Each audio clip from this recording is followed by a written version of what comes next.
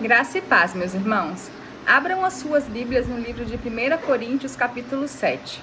Hoje nós vamos fazer a leitura e um breve estudo dos versículos 10 e 11. A estabilidade da família. Versículo 10. Ora, aos casados ordeno, não eu, mas o Senhor, que a mulher não se separe do marido. Se, porém, ela vier a separar-se, que não se case, ou que se reconcilie com seu marido, e que o marido não se aparte de sua mulher. Graças e paz, meus irmãos. Vamos continuar o estudo aqui da primeira carta aos Coríntios, capítulo 7. Nós estamos tratando sobre diversas situações que envolvem o casamento cristão. Nesse trecho de estudo de hoje, nós vamos falar sobre a estabilidade da família. E vamos ver apenas 2 versículos, pois tem bastante assunto para a gente destrinchar aqui, para que a gente possa ter um verdadeiro entendimento, uma edificação na nossa vida através da palavra. Lembrando que as coisas que eu estou falando aqui não são a minha opinião, são coisas que estão escritas na Bíblia, é de acordo com a Bíblia. No versículo 10 diz o seguinte: ora, aos casados ordeno, não eu, mas o Senhor, que a mulher não se separe do marido. No versículo 11, tem um trecho aqui que está entre parênteses. Se, porém, ela vier a separar-se, que não se case, ou que se reconcilie com seu marido. Na sequência, e que o marido não se aparte de sua mulher. Aqui, meus irmãos, o apóstolo Paulo, ele está trazendo orientações, exortações aos irmãos de Corinto a respeito do casamento, da estabilidade da família. Eu fiz questão de evidenciar que tem um trecho entre parênteses, porque no decorrer desse estudo eu vou explicar um pouco sobre isso. É muito interessante que a gente tenha um entendimento, para que a palavra realmente cumpra o seu objetivo de edificação. Meus irmãos, os versículos 10 e 11, eles precisam ser estudados juntos, pois um complementa o sentido do outro. Paulo está trazendo aqui um mandamento de Deus para os casais. Todos os casais aos quais se referem a Bíblia é um homem e uma mulher. Para a Bíblia, não existe outra forma de casal. Para iniciarmos o nosso entendimento, eu vou buscar uma referência bíblica lá no livro de Gênesis, logo no capítulo 2, versículo 24, que diz assim, ó: por essa razão, o homem deixará pai e mãe e se unirá à sua mulher, e eles se tornarão uma só carne. Então aí é onde inicia a história do casamento, os objetivos de Deus para o casamento, que está lá contando a história de Adão e Eva. Outra referência bíblica que eu quero trazer para vocês, que é justamente para a gente demonstrar que a Bíblia, ela nunca está em contradição, ela está sempre sendo confirmada pela própria Bíblia, que está lá em Mateus 19, dos versículos 4 a 6, que diz assim, ó: então respondeu ele é Jesus, não tendes lido que o Criador desde o princípio os fez homem e mulher, e que disse, por esta causa deixará o homem pai e mãe, e se unirá à sua mulher, tornando-se os dois uma só carne. De modo que já não são mais dois, porém uma só carne. Portanto, o que Deus ajuntou, não o separem os homens. Observem, meus irmãos, que Jesus está citando aquela passagem de Gênesis 2:24, 2000 anos após a escrita inicial por Moisés do livro de Gênesis. E depois nós vamos continuar com Paulo e nós vamos trazer até os dias de hoje que nós continuamos fazendo a pregação das Escrituras. Convido os irmãos a fazerem uma reflexão muito importante para o entendimento dessa passagem. Lembre-se que estamos estudando 1 Coríntios 7, mas que a base da nossa fé vem dos ensinos do Evangelho de Jesus, e que a vida e os ensinos de Jesus vêm de Deus, o Criador, ou seja, todo o contexto importa. Não tem como analisarmos de forma isolada cada passagem bíblica, a não ser que sejamos historiadores, estudando a Bíblia como um livro, e não a Bíblia como a palavra de Deus para edificação de vidas, conversão e salvação. Iniciamos o estudo nos versículos 10 e 11, onde o apóstolo Paulo traz um mandamento de Deus. Nós confirmamos o mandamento de Deus para o casamento lá em Gênesis 2:24. E conseguimos entender por que o homem e a mulher não podem se separar. Prestem bastante atenção aos detalhes, pois o verdadeiro entendimento depende disso. Vejam como a palavra de Deus é maravilhosa quando o Espírito Santo nos dá o discernimento. Continuando o estudo, trouxe outra referência bíblica sobre esse assunto que está em Mateus 19, dos versículos 4 a 6, onde Jesus foi confrontado pelos fariseus hipócritas.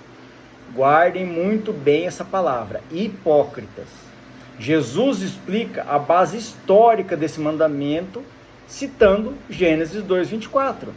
Depois explica por que não podem se separar, pois já não são dois, mas um. Agora vem a parte mais importante, ao meu ver, para que haja o entendimento. É quando Jesus diz: portanto, o que Deus ajuntou, não o separe o homem. Aí é que está o grande problema, meus irmãos. O que é casamento para você? Será que toda união entre um homem e uma mulher é um casamento? Será que para Deus o que importa é uma escritura de casamento lavrada em cartório? Será que Deus realmente colocou você nesse casamento, nesse relacionamento? Lembrando que nós estamos falando aqui de casamento na ótica cristã. Não tem nada a ver com casamento de acordo com a lei brasileira. Não, é casamento pela ótica cristã. Vejam que são muitos questionamentos e poucas respostas objetivas. Vamos por partes então. Primeiro, sim, o casamento foi instituído por Deus. Segundo, para Deus, o casamento só pode acontecer entre um homem e uma mulher. Terceiro, para Deus, o casamento deve ser até que a morte nos separe. Quarto, o objetivo do casamento é constituir família. Ao meu ver, o grande problema que enfrentamos em relação ao casamento não tem nada a ver com os mandamentos de Deus, mas sim com as pessoas envolvidas nesse casamento. Vale ressaltar que estamos tratando do casamento sobre a ótica cristã.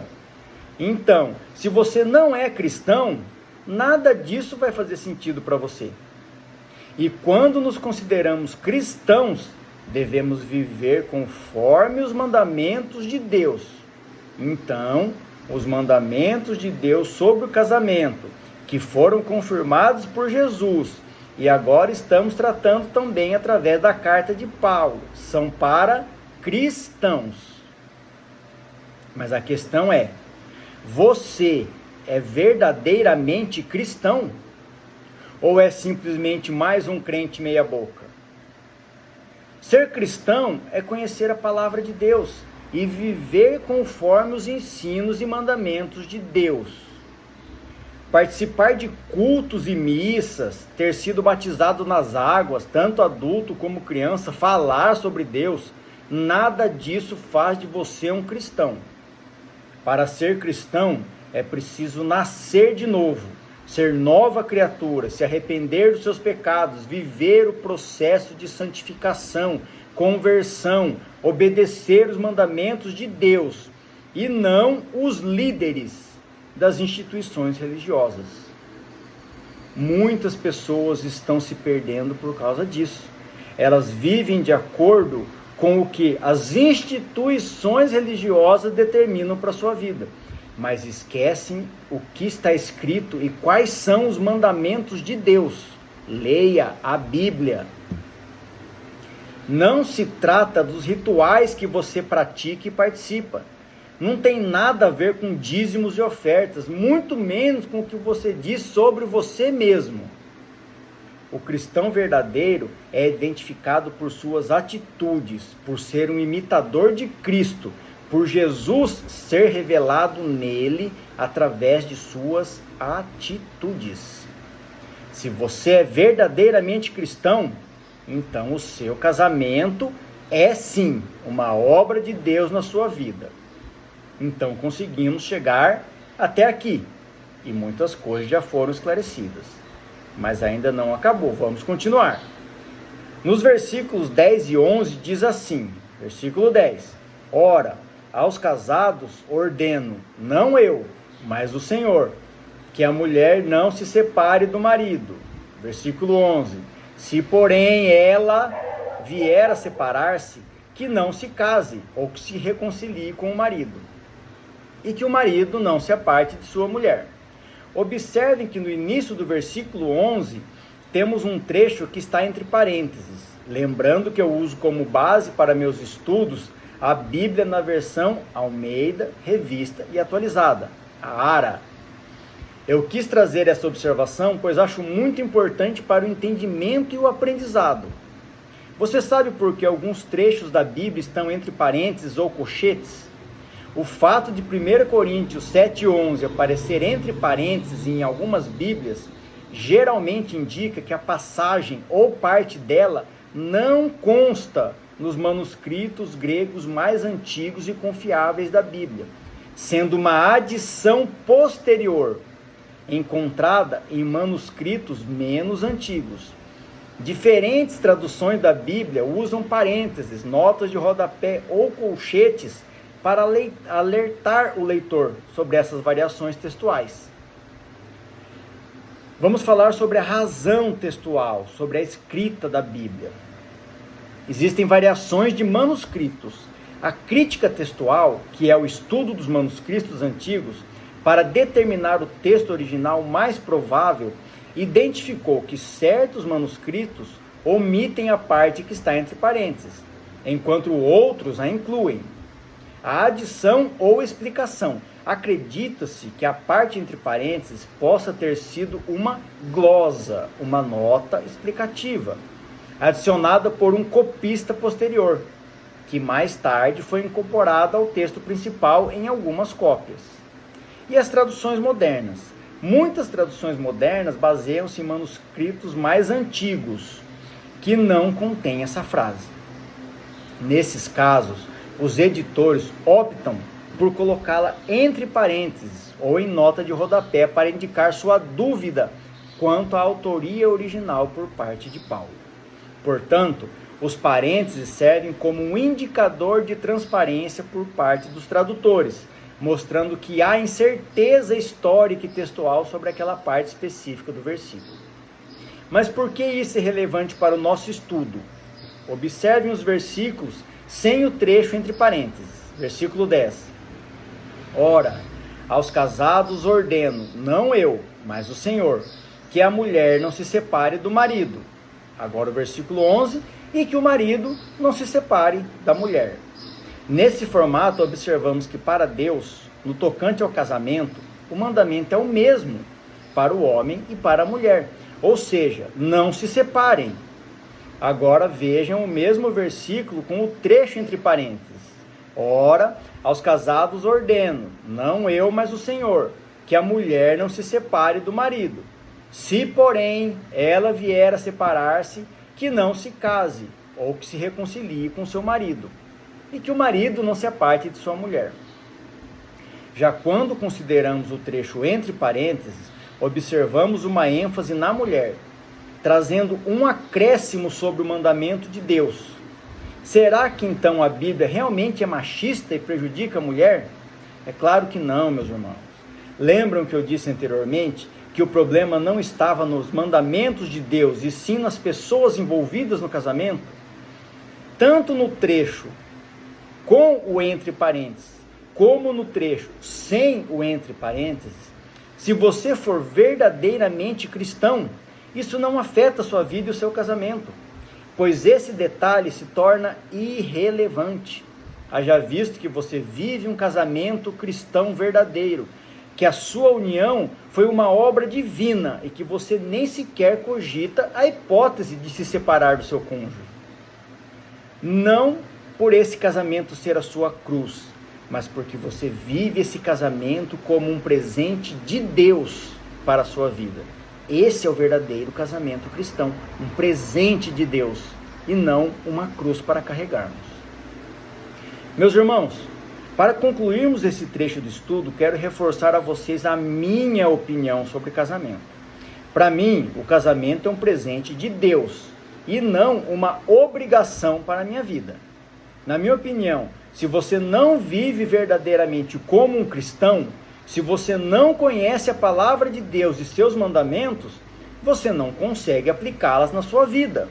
Consequentemente, como o seu casamento vai ser baseado em mandamentos que você não conhece e que não vive conforme eles? Isso não vai funcionar. O casamento não é uma escritura registrada em cartório.